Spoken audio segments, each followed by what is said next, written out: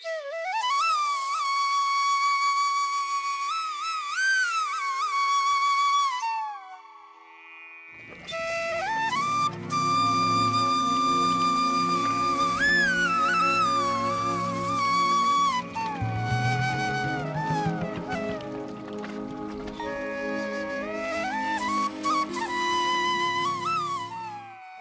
যে জন আসে অন্যত্র হইতে, অতিথি তাহারে কয় জানি ব্যক্তিতে। এক দেশে যেই ব্যক্তি করি অবস্থিতি, কোনো ফল নাহি তাহে করিলে অতিথি। অতিথিরে শ্রদ্ধা সহ না দিয়া কখন, যে জন ভোজন করে ওহে নরোত্তম। অন্তিমে সে জন যায় নরক ভিতরে, এই তো শাস্ত্রের বিধি কহিনু তোমারে। সাধ্যায় গোত্রাদি নাহি জিজ্ঞাসা করিয়ে, তাহারে ব্রহ্মার ন্যায় মনে বিচারিয়ে। ভক্তি করিবে গৃহী এই তো নিয়ম, কহিনু তোমার পাশে ওহে মহাত্মন। হেনমতে অতিথিরে করিয়া সৎকার, পিতৃগণ উদ্দেশ্যেতে গৃহী গুণাধার। পঞ্চযজ্ঞ অনুষ্ঠানে নিয়ত বিপ্রেরে, ভোজন করাবে যত্নে অতীব সাদরে।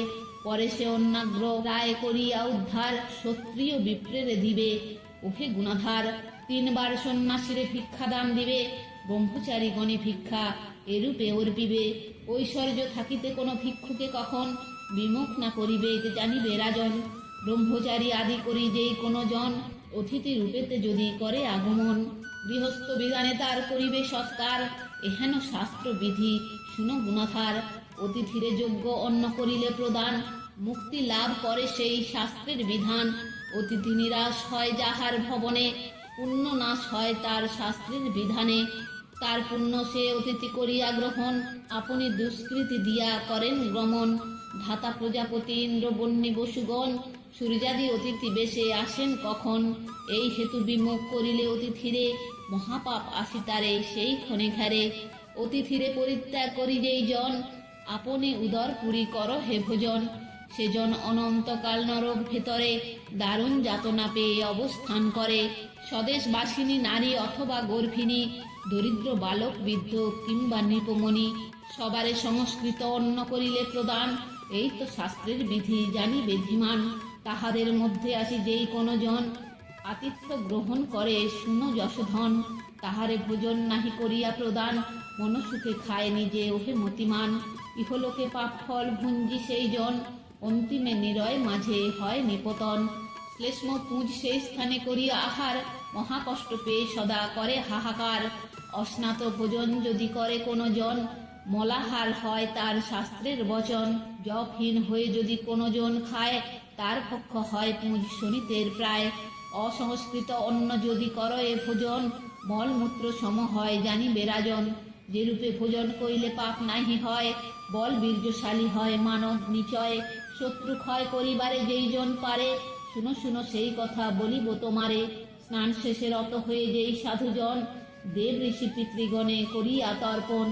আপনি ভোজন করে বিহিত বিধানে, সুস্থ রহে কলেবর শাস্ত্রে হেন ভনে। স্নান অন্তে শুদ্ধ বস্ত্র করি পরিধান, সুগন্ধি মাল্লাদি ধরি ওহে মতিমান। জপ হোম আদি কার্য করি সমাপন, বিপ্রগুরু সবাকারে করাবে ভোজন। আর্দ্র বস্ত্র আর্দ্র পদে কভু নাহি যাবে, শাস্ত্রের বিধান এই অন্তরে জানিবে। পূর্বাশ্ব হইয়া কিংবা উত্তরাশ্ব হয়ে, দিকহীন হয়ে কিংবা কদাপি বসিয়ে, ভোজন না করিবে আছয়ে নিয়ম। প্রক্ষিত প্রশস্ত অন্ন করিবে ভোজন, বিশুদ্ধ বসন আর পিতচিত্ত হয়ে, ভোজন করিতে হয় জানিবে হৃদয়ে। অসংস্কৃত অন্ন ভোজন না করিবে, শাস্ত্রের বিধান এই অবশ্য জানিবে। অতিথি ক্ষুধার্থ কিংবা যেই সব জন, প্রথমত তাহাদিগে করায় ভোজন। ক্রোধ শূন্য চিত্তে আর বিশুদ্ধ পাত্রেতে, ভোজন করিতে হয় জানিবে চিতে। অসংকীর্ণ স্থানে নাহি করিবে ভোজন, অকালে ভোজন ক্রিয়া করিবে বর্জন। অবিশুদ্ধ পাত্রে গৃহী কভু নাহি খাবে, শাস্ত্রের বিধান যাহা অন্তরে জানিবে। ভোজন করার পূর্বে ওহে মতিমান, অগ্নিরে অন্নাগ্র ভাগ করিয়া প্রদান। তারপর আপনি খাবে হইয়া নিয়ম, পর্যুষিত অন্ন নাহি করিবে ভোজন। শুষ্ক মাংস শুষ্ক শাক বর্জন করিবে, গুড়পক্ক দ্রব্য নাহি কখনো খাইবে। সারাংশ বাহির করি লয়েছে যাহার, ভ্রমেও সে বস্তু নাহি করিবে আহার। মধু দুগ্ধ দধিঘৃত সুক্ত ইত্যাদি ভোজন করিতে হয়, আছে হেন বিধি। ভোজনের প্রথমেতে হয়ে এক মন মিষ্ট রস যথাবধি করিবে ভোজন, মধ্যে লবণাদি রস আহার করিবে, কটু তিক্ত আদি রস পরেতে খাইবে। ভোজনের পূর্বে যারা দ্রব্যাদ্রব্য খায়, মধ্যেতে কঠিন বস্তু ওহে নররায়, শেষে পুনঃদ্রব্যাদ্রব্য করয়ে ভোজন, সুস্থ দেহ বলশালী রহে সেই জন। এরূপে বাকরত হয়ে গৃহস্থনী কর, আনন্দেতে অন্ন খাবে ওহে নরবর। ভোজনের পূর্বে পঞ্চগরাস খাইবে, পঞ্চপ্রাণ তৃপ্তি হেতু অন্তরে জানিবে, তারপর আচমন করিবে বিধানে, এই তো শাস্ত্রের রীতি কহিত অবস্থানে। পূর্বাশ্ব হইয়া কিংবা উত্তরাশ্ব হয়ে যথাবিধি আচমন বিধানে করিয়ে, দুই হস্ত মূলাবধি করিবে স্খালন, তারপর পুনর্বার করি আচমন। সুস্থ আর শান্ত চিতে বসিয়া আসনে, অভীষ্ট দেবের শরী নিজ মনে মনে, করিবে নিম্নরূপ মন্ত্র উচ্চারণ, পবনে উদ্ধৃত হয়ে অগ্নি মহাত্মন, যথাবিধি তৃপ্তি লাভ করিয়া যতনে। জীর্ণ করি দিন মম উদর উদনে, ভূমি জল অগ্নি বায়ু সবার যোগেতে, পরিণত হয়ে অন্য যথাবিধানেতে। বলপ্রদ সুখপ্রদ হউক আমার, পঞ্চপ্রাণ পুষ্টিকর হয়ে থাক আর, অগস্তি অনল আর বাড়ব অনলে, আমার উদরে এই অন্ন জীর্ণ হলে। পীড়া শূন্য দেহ যেন করয়ে আমার, একমাত্র বিষ্ণুজনী সার হতে সার। জীবের অন্তরে যার আছে অবস্থান, তৃপ্ত মরে থাকে যেন সেই ভগবান। এই অন্ন যথাবিধি করিয়া ভোজন, যেন পারি হরিতুষ্টি করিতে সাধন। এই অন্ন জীর্ণ হয়ে আমার উদরে, তৃপ্তি দান করে যেন সেই শ্রীহরিরে। এইরূপ মন্ত্র মুখে করি উচ্চারণ, ভোজনের কর্মসারী গৃহী মহাজন। হস্ত দ্বারা যথাবিধি মার্গিয়া উদর, অনায়াস সিদ্ধ কর্মে হইবে তৎপর। সন্মার্গের অবিরোধী ধর্মশাস্ত্র পড়ে, সময় কাটাবে তাহা আলোচনা করে। তারপর সন্ধ্যাকালে সমাহিত হয়ে, সায়ং সন্ধ্যা উপাসিবে জানিবে হৃদয়ে।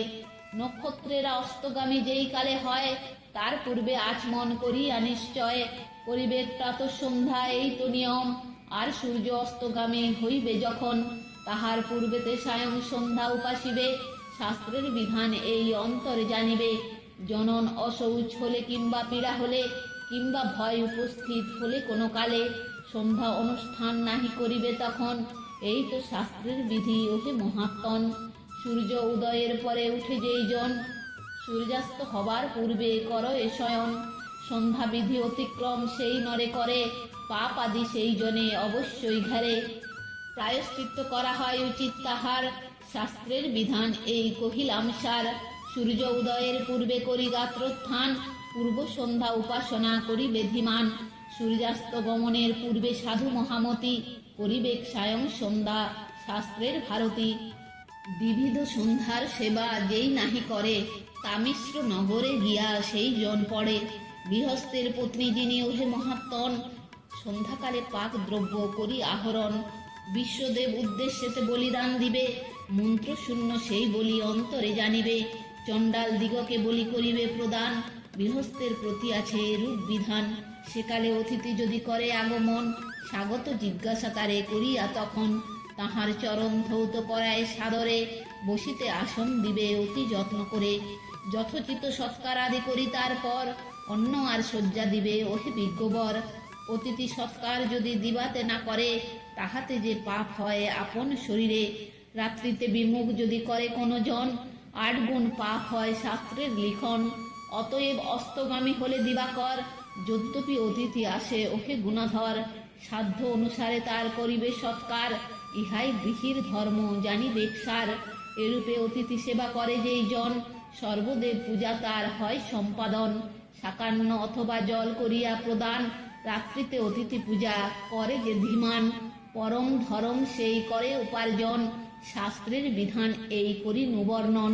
অতিথিরে যথাবিধি করায় ভোজন, রাত্রিরে তাহারে শয্যা করিবে অর্পণ। হেনমতে সমাপিয়া অতিথি সৎকার, পাদস্খলন করি গৃহী গুণাধার। দারুময় শয্যাতলে ভোজনাবাসনে, শয়ন করিবে পুলকিত মনে। শাস্ত্র অনুসারে শয্যা করি বিরোচন, তদুপরি যথবিধি করিবে শয়ন। অপর শয্যায় নাহি শয়ন করিবে, শাস্ত্রের নিয়ম এই অন্তরে জানিবে, যথাকালে যথাবিধি আপন নারীতে গমন করিবে গৃহী, জানিবে চিতে। নারী ভোগ যেই কালে বিধি সিদ্ধ নয়, সেকাল ত্যাজিবে সাধু, শাস্ত্রে হেন কয়। পরদার বাঞ্ছা নাহি করিবে কখন, হীন বল হয় তাহে শাস্ত্রের বচন। বিশেষত পরলোকে সেই নরাধম, দারুণ নরকে পড়ে জানিবে সুজন। অতএব পরদ্বারা করিলে হরণ, উভলোক নষ্ট হয় শাস্ত্রের বচন। অতএব শাস্ত্রগত হিসাব মানিবে, অশাস্ত্র করিলে নরকে মজিবে।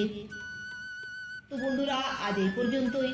ভিডিওটি যদি ভালো লেগে থাকে তাহলে লাইক কমেন্ট শেয়ার করে আপনার প্রিয় মানুষদেরও দেখার সুযোগ করে দেবেন, এবং এই ধরনের ভিডিও আরও দেখার জন্য চ্যানেলটি সাবস্ক্রাইব করে পাশে থাকা বেল আইকনটি প্রেস করে দেবেন পরবর্তী ভিডিও নোটিফিকেশন পাওয়ার জন্য।